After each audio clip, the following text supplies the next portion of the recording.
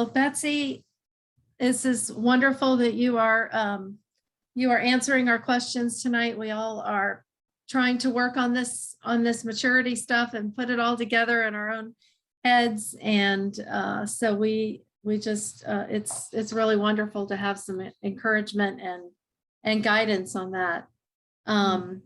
So as I am waiting for questions to come in, I just thought maybe I would ask you if, so last month we did the infant maturity, and this month we're doing the child level maturity.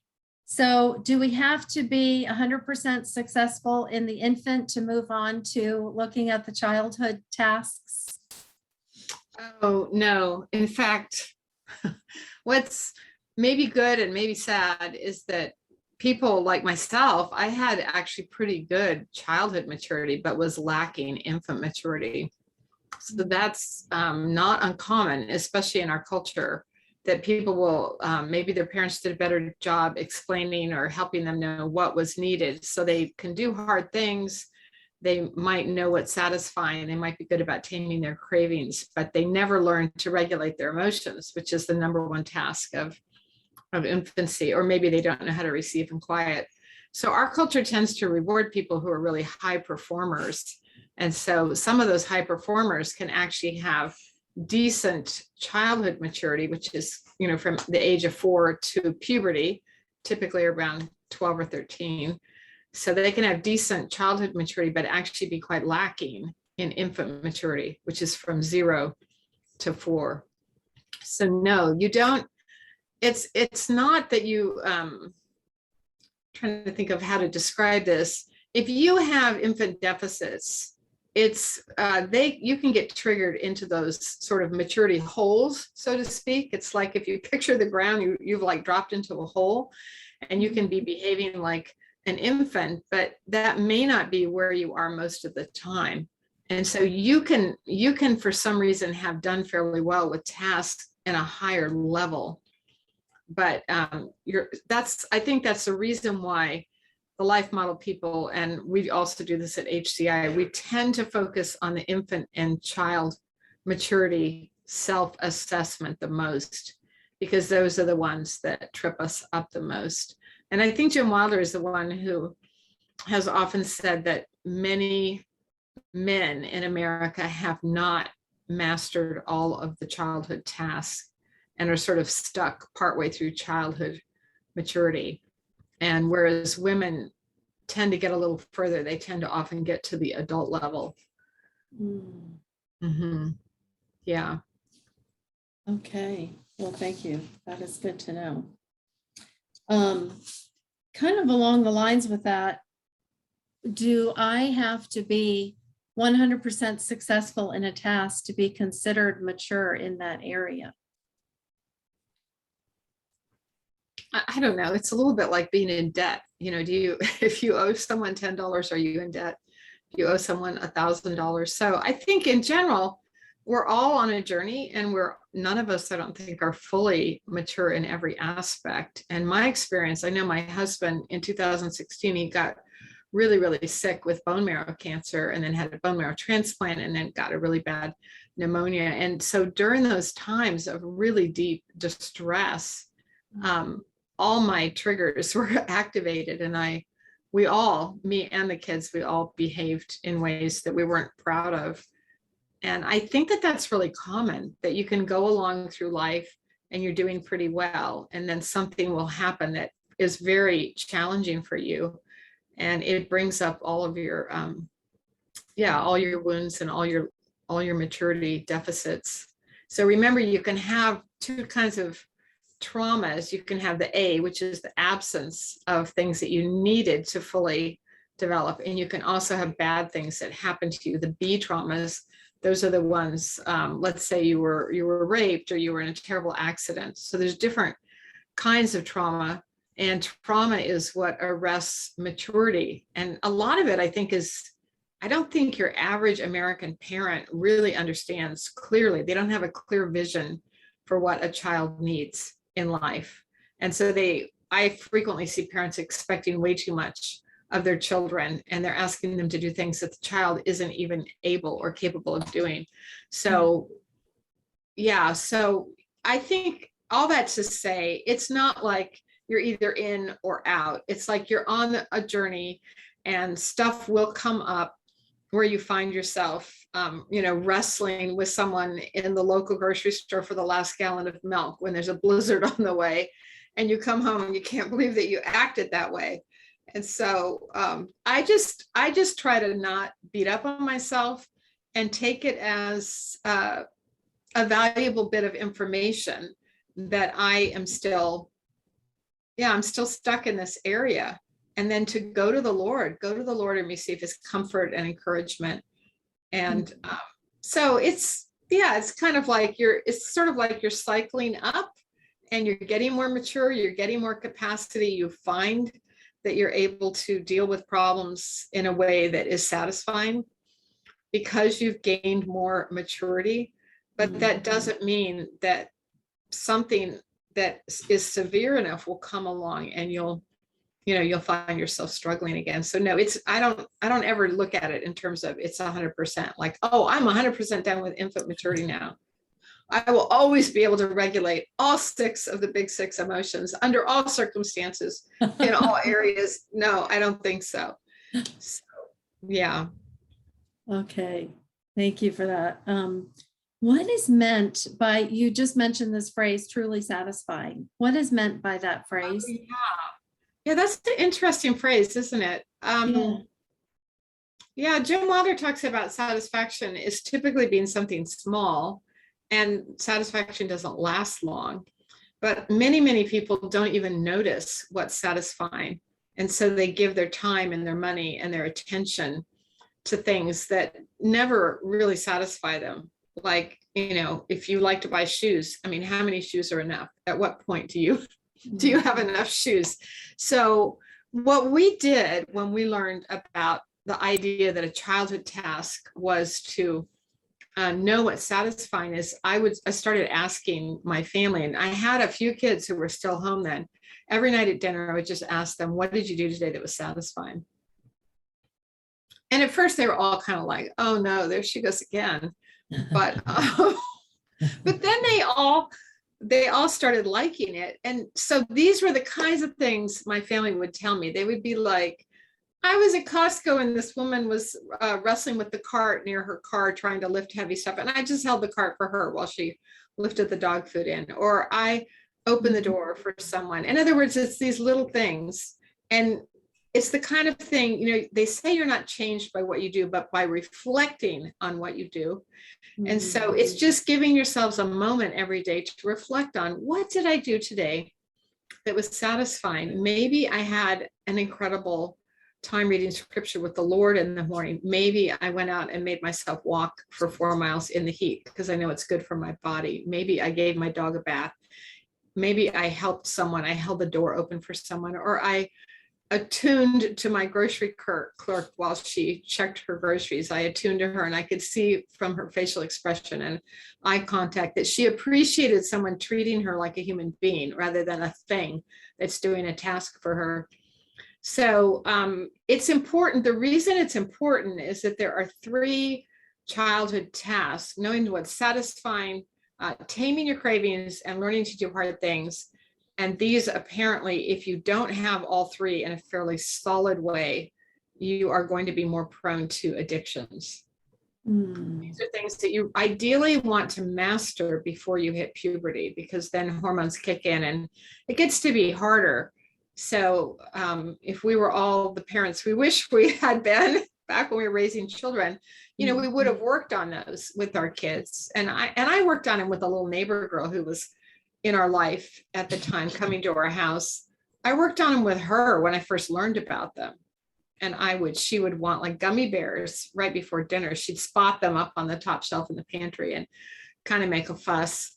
And I would tell her, you can sit on my lap and I'll comfort you, but I'm not going to give you the gummy bears. But I had also explained to her, and this is another important childhood task, knowing what you're up against. It's important for children to know this is what we're working on. And it's not, you don't necessarily put out all the needs and tasks in front of the child at one time, because you're talking about from 4 to 12. So you're talking about over 8 years, you want them to master it.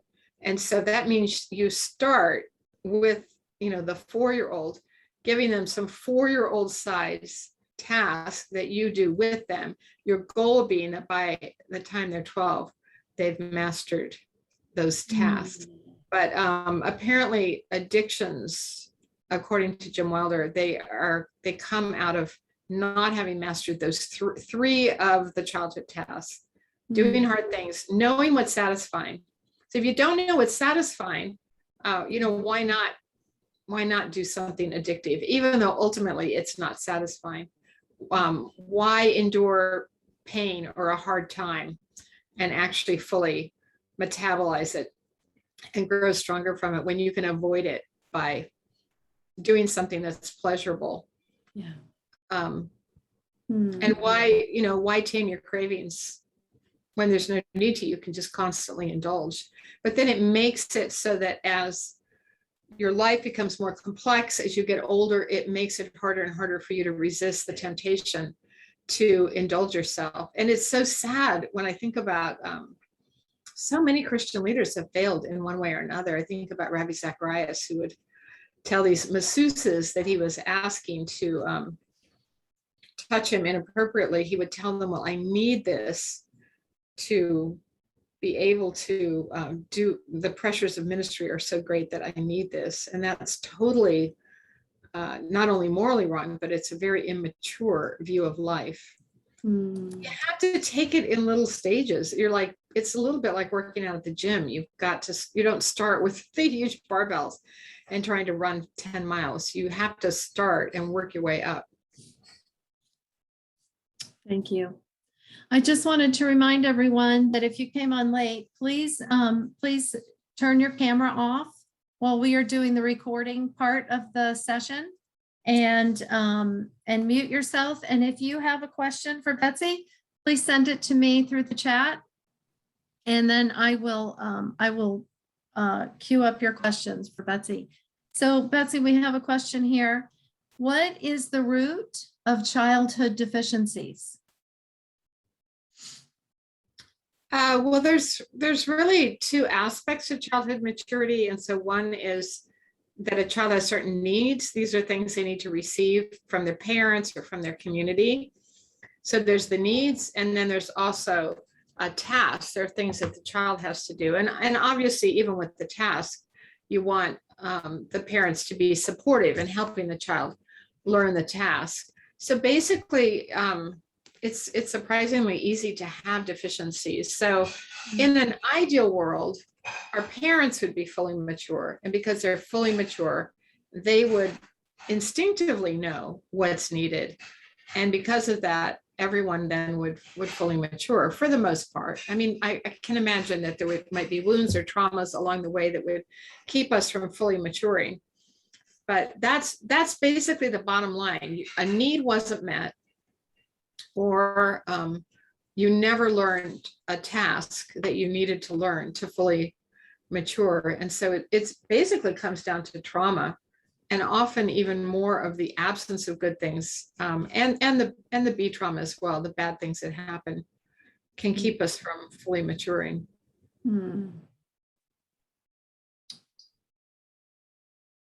Thank you for that. If I recognize that a close family member has some child maturity gaps, what can I do to help them? That's a hard question to answer in a general way. I think it would really depend on your relationship with them. If you have a warm, loving, open relationship, and have you shown them lots of warmth and empathy and respect. And I'm a big fan of never giving unsolicited advice. So I think possibly one thing you could do is share your own story, how you learned about these needs and tasks of children, and be vulnerable that you noticed that some of them were deficits for you, And of course, what we always recommend is that you start with the one thing that is going to be the easiest for you to recover from, what we call the low-hanging fruit, something you just have to reach up and pick. And so it could be something where when you did the assessment, you were only able to do it sometimes. You can't do it all the time. So you work initially with something fairly easy to do.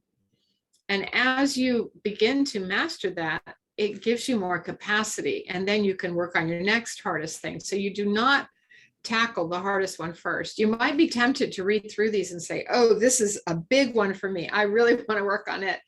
Don't do that. You're trying to be realistic about what your capacity is. And so I think if you shared your story and how it's impacted you and what it's like to live with more capacity, because so much of it feels normal and instinctive when you have it. And it's just amazing how your perspective even changes. So, you can share about the difference it's made for you. And then I suppose you could, if you have an open relationship with them, you could ask them, would you be open to, or would you be interested in doing a self-assessment? I've got it on my computer and I could send it to you. Now, once again, we're never asking anyone to share their assessment with us. I mean, we want people to be able to be completely honest. So you make your own assessment, and we typically recommend dating it. And I have all these different colored pens. So I mark it and I have a different color, and I'll do maybe an assessment every year. And on one sheet of paper, I'll have an assessment for 5 years. And that's really encouraging because you see that there's some growth. Maybe you just went from never to sometimes, but there's growth, and that's what you want to see. And so you could ask them if they're interested, knowing that if they assess themselves, they will, they'll do the best job they can. And I'll be honest, when I first assessed myself years ago, trying to think the first time we went to Thrive, it was maybe 2014 or so. I thought I was pretty good about shame. I mean, because I didn't really feel shame. So I thought that meant I was pretty good about it. And so I gave myself a really good mark for returning to joy from shame, which is actually an infant task. But then as time went on, I realized, oh, this is actually such a big deal for me that I don't let myself feel it. I don't let myself acknowledge it. So then I had to go back to giving myself a really crummy score. And the last time I did the infant assessment, which was earlier this year, I actually decided, having tackled about one a year, so it's been a number of years, I decided that this was going to be my year to tackle shame. And so I'm veering into the infant area in my attempt to share a story from my own life. So people, when they do the assessment, it might not be completely accurate because maybe they're not ready to face where they are. But I do know this, as we are loving with people and listen to them and attune to them, that turns on their prefrontal cortex, the part of your brain that's at the top. Your brain grows up till it hits top of your skull, then forward till it hits your forehead, and then it curls under. So the top of your brain is actually behind your eyes.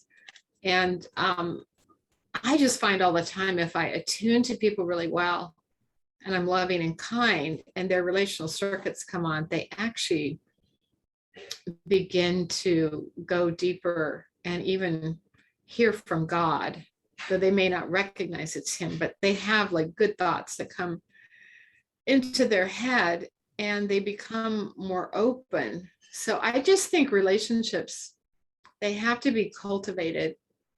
And we have to be willing to do what Jesus does, which is go slow, be loving, be kind.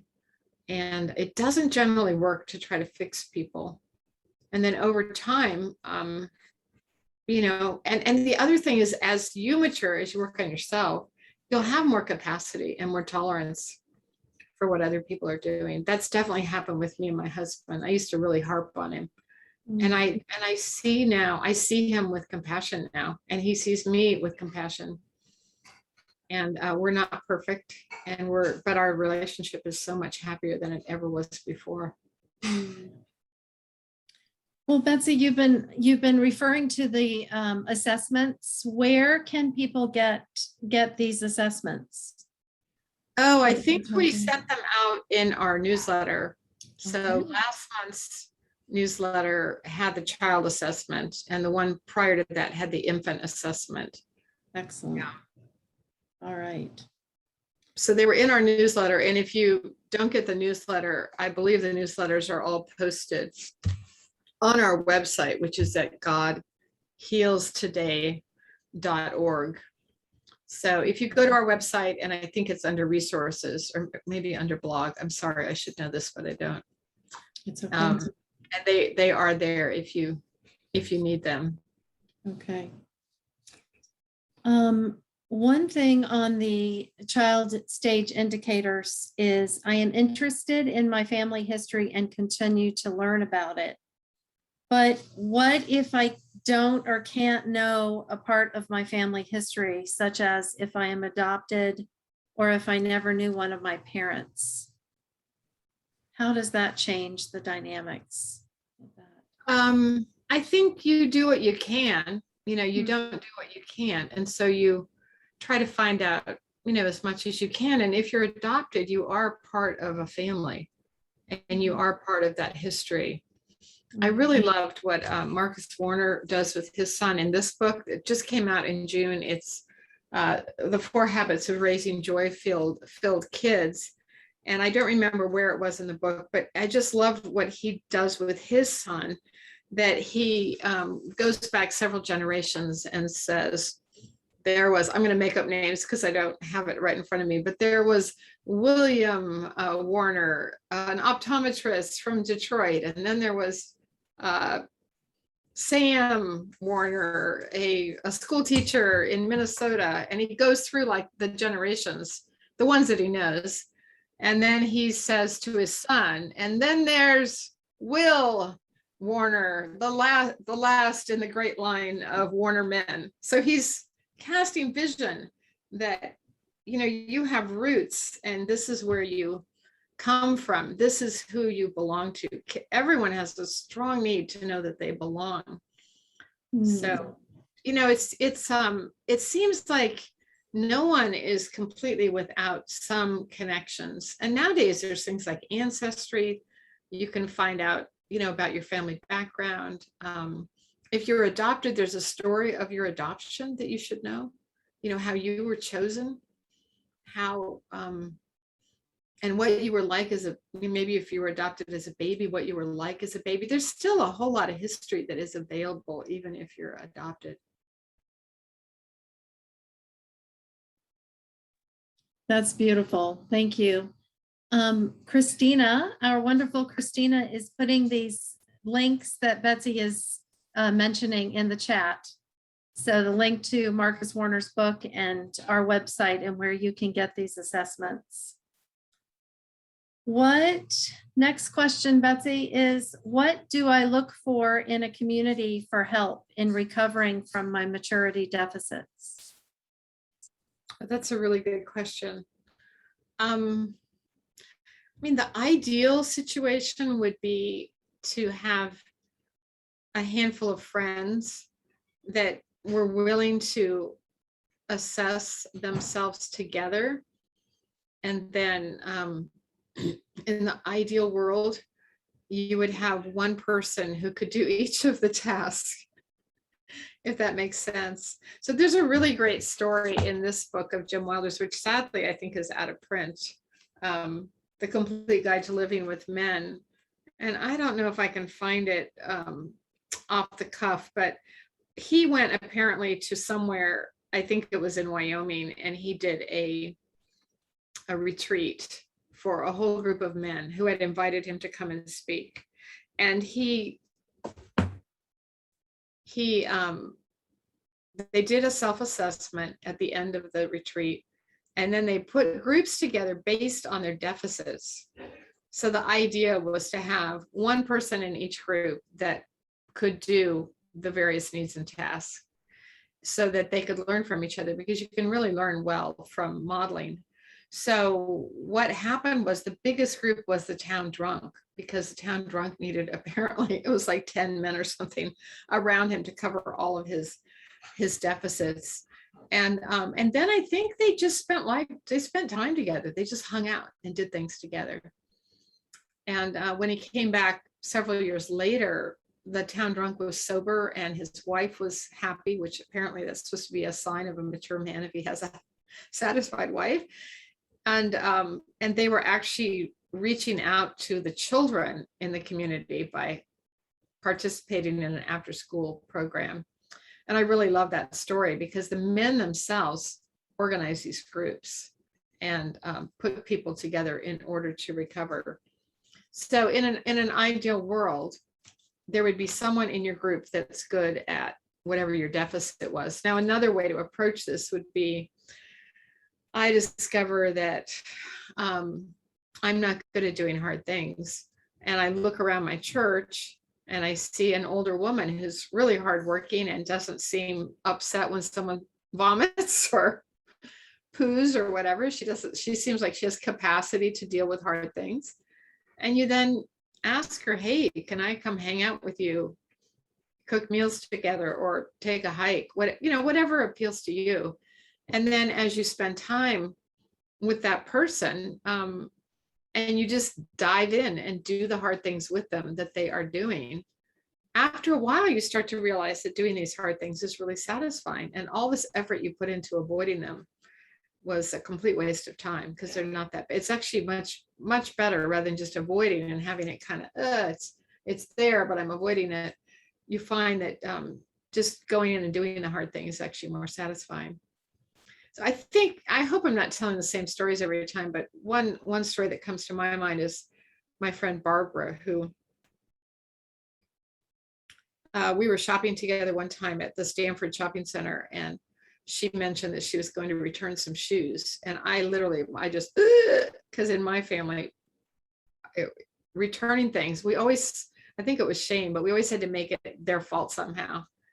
And so it was always like this big confrontation. It was always upsetting. There was usually raised voices. So she wanted to return shoes, and I kind of stood about 10 feet back, like I wasn't going to get very close. And once she told me she had to return some shoes, I was like tense the whole rest of the time. But we finally made it over to where we were returning shoes. I think it was at a Nordstrom's. And she just walked up and she smiled. She said, hi, how are you today? She was really friendly. She said, I need to return these shoes. She had them in the box. And the lady said, oh, can you tell me why you're returning them? And she said, oh, they just didn't work for me. And the lady said, okay. And then she returned the shoes. And I was like, oh my goodness, is that really the way you do it? I was so shocked. And I just spent the weekend with Barbara in Palm Springs. So I told her, I said, Barbara, I tell the story all the time. She didn't even remember it, but it was like happened 40 years ago. But you learn a lot by being with people who are able to do the things that you struggle to do. So that's another way to approach it. Ask people who you've observed seem to easily do the things that are hard for you. Find some way to spend time with them. Go weed their garden with them. Do whatever. Join them in something that they're doing and spend time with them, and see if you don't watch and have these aha moments like, oh, that's how you do it. This is what you do.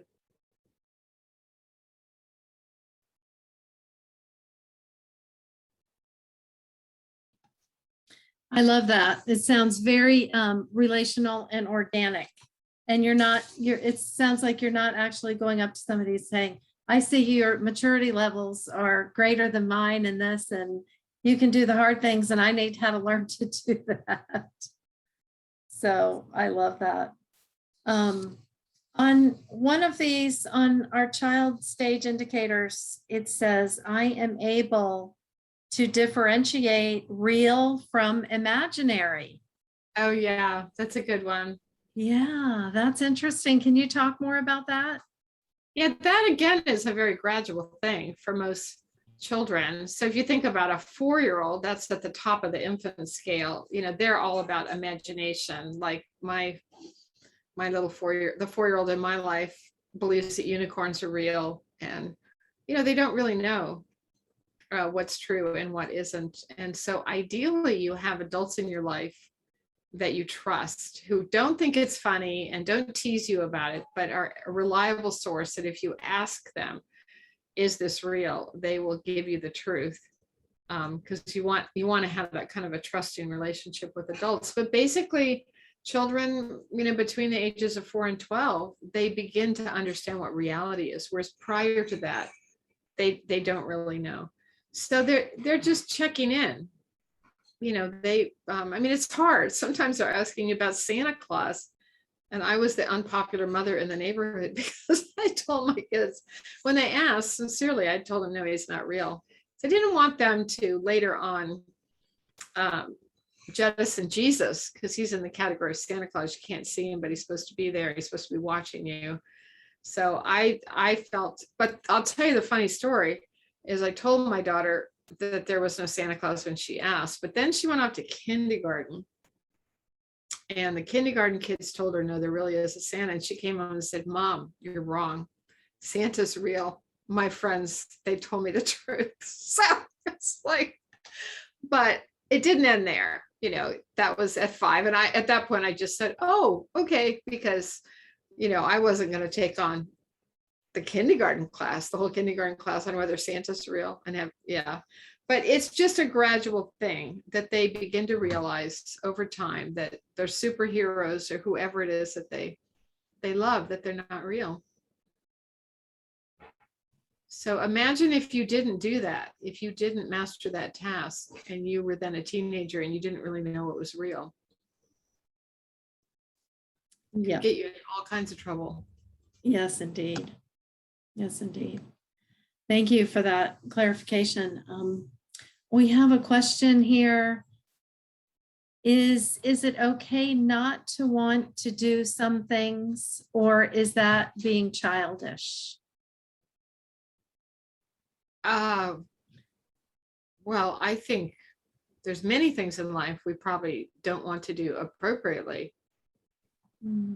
So I would hope that none of us want to murder people or be mean. So no, there's definitely things that, and we have likes and dislikes. You don't have to eat tapioca pudding if you hate the lumps. So no, that's not true. But there can be a real avoidance of difficult tasks, like the taxes need to be done, but you never do them. So I know someone that went about 7 years without ever filing their taxes because it was just like, oh, it's too much. And so, yeah. And I know people who, like, if there's a mess on the floor, they don't ever clean it up. They just leave it there. So no, it's the task of life. I mean, life is full of having to do hard things. And ideally, you begin to do them and you start realizing it's better to tackle hard things than to just leave them. As you leave them, they kind of eat away at you. And so hopefully, as you mature, you learn that, this is a hard task, but I can do it. So I'm not very tech savvy, and Christina and Catherine were all on vacation last week, and I had to figure out how to do something, and it kept sending me codes and making me do this and that, and it was really trying, but I just kept saying, I could do this. Okay. And I kept saying to myself, one step at a time, Betsy, and you can get through this. And then I got stuck and I had to Google something to find it, but I just kept after it. And I was also praying. I was also asking the Lord for help. And finally, after about 2 hours, I solved the problem. And I was able to republish a book. And I was really proud of myself because I was doing a part of our ministry that I don't normally handle at all, but that other people who were here were not able to figure out. So that's what I'm talking about. I'm talking about life tasks, like, letting the laundry pile up, not pulling the weeds so that the flower garden becomes a complete mess and is basically destroyed, not getting oil in the car, not dealing with a conflict where you need to talk to the person and you need to try to work it out, if possible. But we're always being led by the Lord. We're asking him for strength. We're asking him, how do you want me to deal with this? And you learn that doing hard things is actually quite satisfying, and it feels really good to have them done. Mm. Well, I remember one of the first classes I took with you, you told that story that was in the red book that you said is out of print. And I remember just thinking that what happened there in that town affected the entire community when they worked on these tests. And that really got my attention. Mm-hmm. Yeah, it's really true. It does affect everybody. And it's sad, but the very low maturity rates of adults in the US is also having an effect in a negative way. And I watched some of the behaviors of people today where they're very focused on themselves. And I just think, wow, they're really stuck in childhood maturity, because an infant needs to be taken care of, but a child is learning to take care of themselves.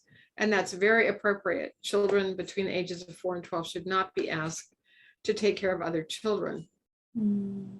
And they're really learning to master, eating, showering themselves or bathing themselves, dressing themselves, taking care of their own things, bringing their toys in, whatever it is, they're learning to take care of themselves. They're not required to take care of other people. And sadly, if you look around us in the world, we could probably all name people that we see in the public sphere who are behaving like children, where it's all about them.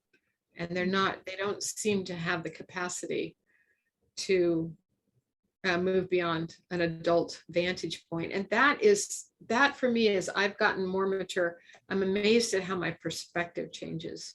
So your perspective changes. You truly, if you're stuck in infant maturity, you truly see things the way an infant does.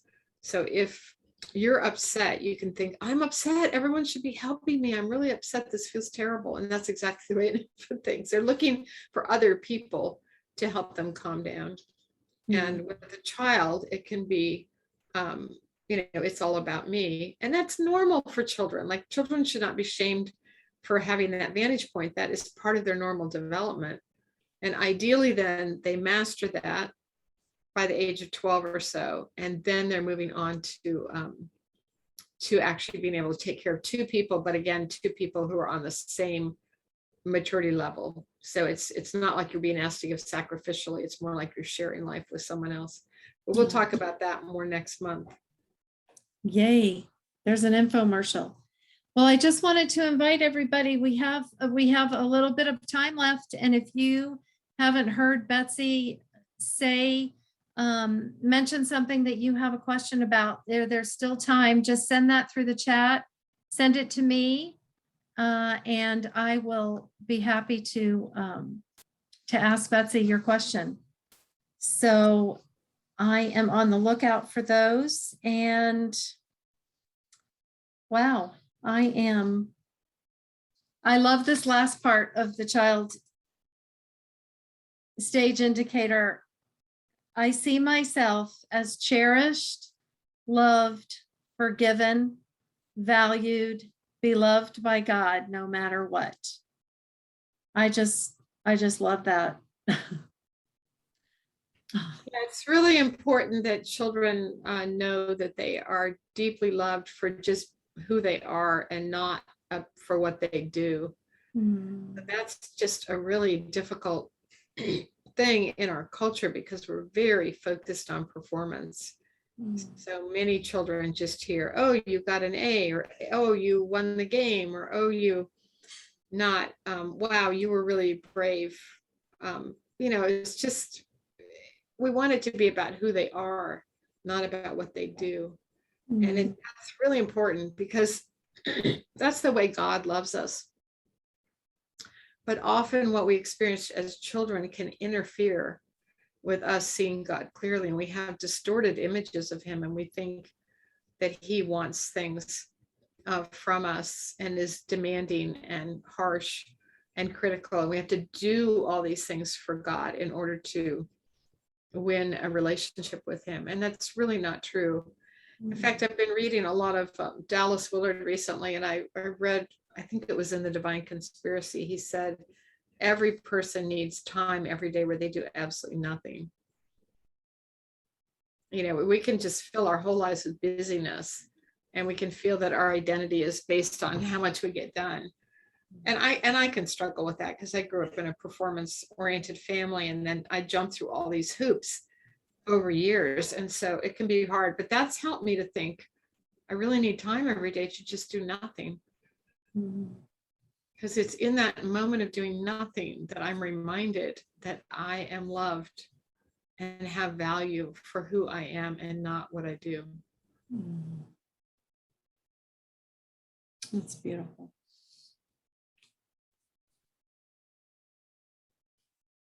We have a very quiet group tonight. They're not asking many questions. I know we do. We do. Well, that is the end of my questions for Betsy. And the questions that I've received. If you all have any other questions, you could send that to me here in the next 2 minutes. And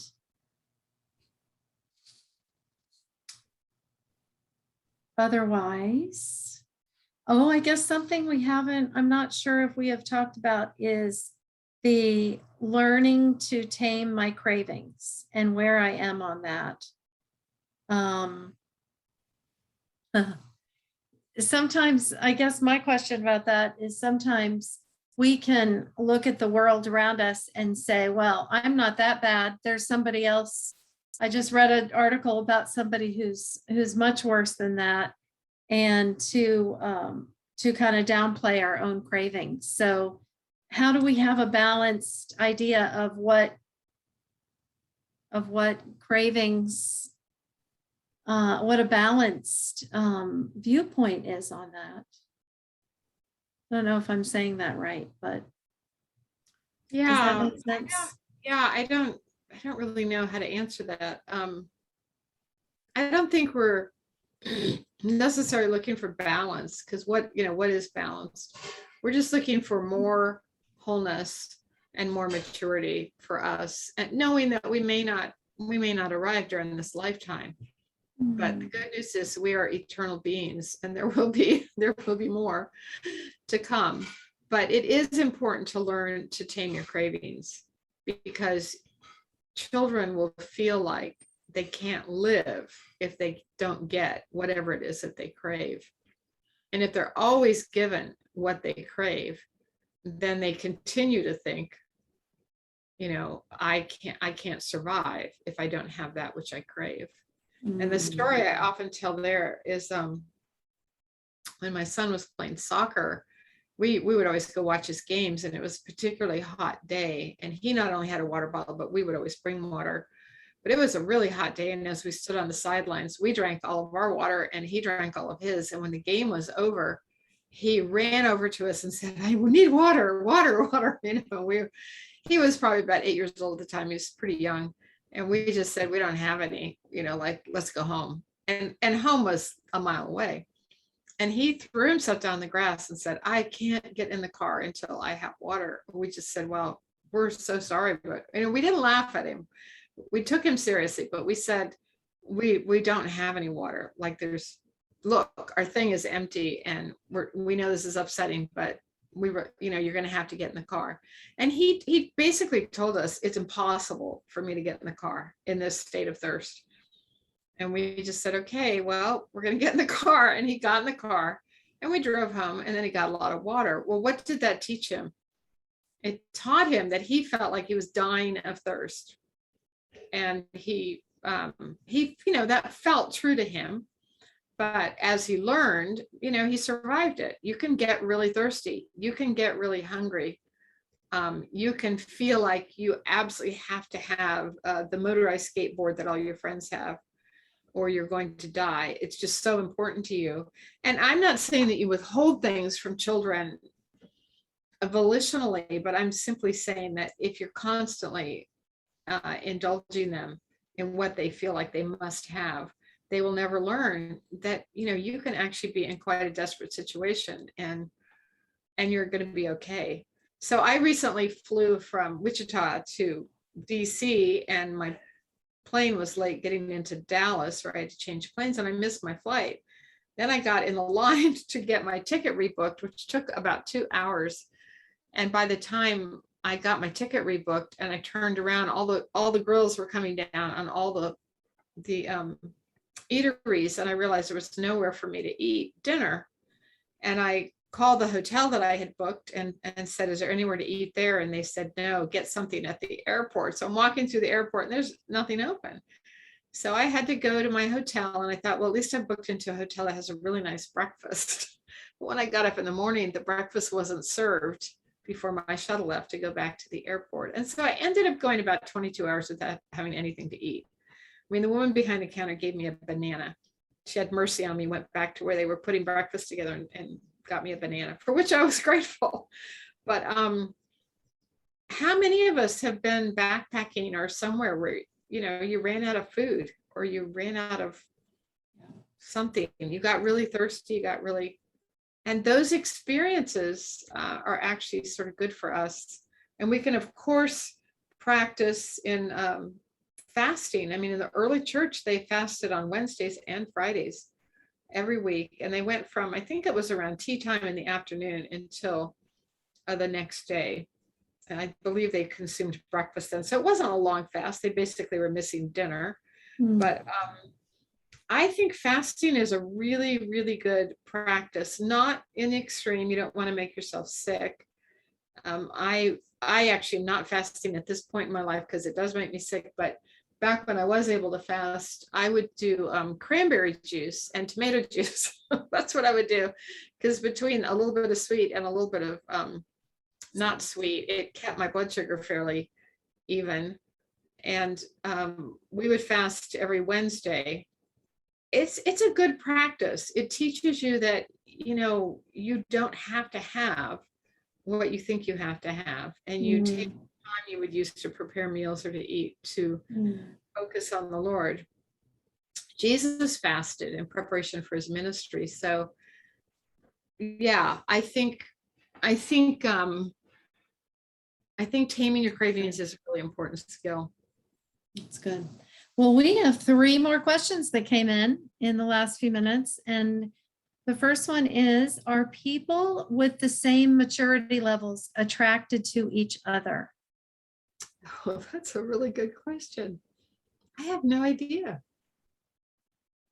I don't know. My husband had childhood deficits, pretty bad childhood deficits, and I had really bad infant deficits, and we were attracted to each other. And the crazy thing was, I thought I was more mature than he was, because outwardly I looked more mature. I was more responsible, but couldn't regulate my emotions when I got upset. And he seemed more irresponsible, but was really emotionally very steady.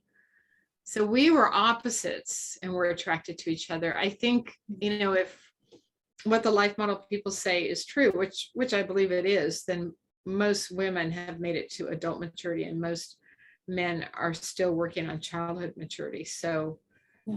I would guess that there's probably not the option of being attracted, but I don't know. We'd have to survey it and find out. Okay. Betsy, would you repeat the indicators that can lead to addictions, what you said earlier on? Yeah, so it's not knowing how to tame your cravings. So that then when you have a craving, you don't know that most of us who have tamed our cravings, we know that most of the time, if you just let it ride, it will go away. But if you've never learned that, if you feel like when you're craving sex or a drink or whatever, that you have to have it, that the only way to deal with it is to satisfy the itch, so to speak, then it makes it really hard for you to say no. So it's not taming your cravings, not knowing what's satisfying. So instead of living for little moments of joy throughout the day where you're able to help someone or do something that, well, I like to help people, so not everybody does that, but you're doing little things that are satisfying for you. You weed the garden, you finish reading a book, just doing little. So if you don't understand that life is not made of huge moments, I mean, there are huge moments in life, but generally life is made of small moments of satisfaction, and you start noticing them and paying attention to them and being grateful for them. So if you don't do that, also it makes it hard with addiction. And then the last one is the learning to do hard things. So if you haven't learned to do hard things, that you at some point you have to face it and you have to do it. It's your job, it's your responsibility. And yeah, you need to do it. Whatever that might be. It might be that you need to call somebody because you've been alone too much. And you need to reach out to someone else and arrange to go to Longwood Gardens together or do something that will be life-giving for you. So it's, yeah, doing whatever's hard for you. I find it hard to ask for help.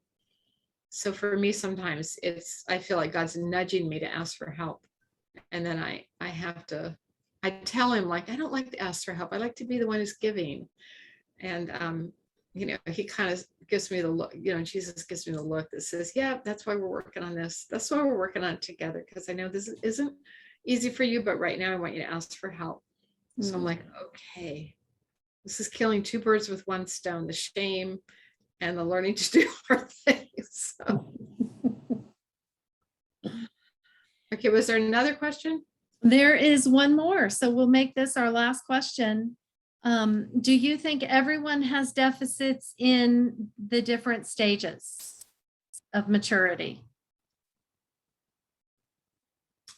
Probably not. I mean, it would surprise me if Dallas Willard, who was one of the most Christ-like people I've ever met, it would surprise me if he had a lot of infant and child deficits.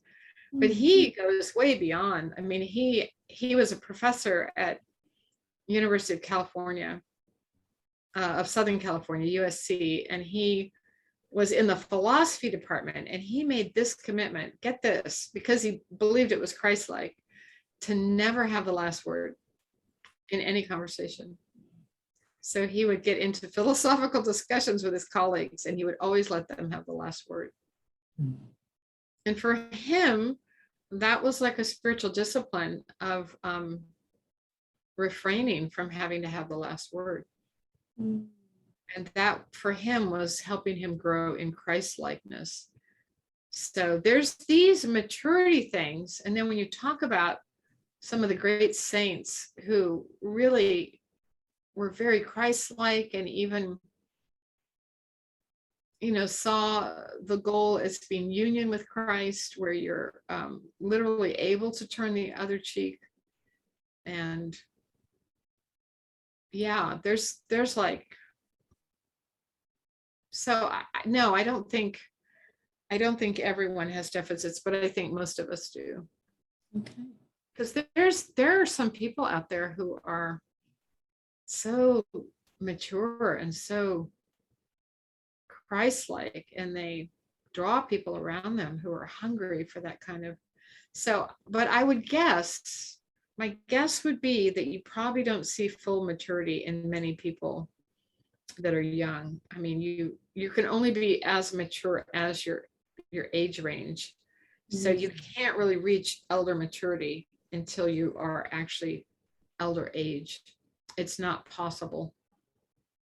So I think the kind of people who don't have deficits are probably ones that have really been serious about following the Lord, because really so much of this comes from his life. He fasted, he went away and was quiet. He received, he was able to function as an elder with his community. Well, thank you, Betsy. This wraps up our question and answer time. We are going to stop the recording now, and we just appreciate all of our participants. We encourage you, once the recording has stopped, to come on camera and let us see you, and we'll say hi, and we will say goodnight.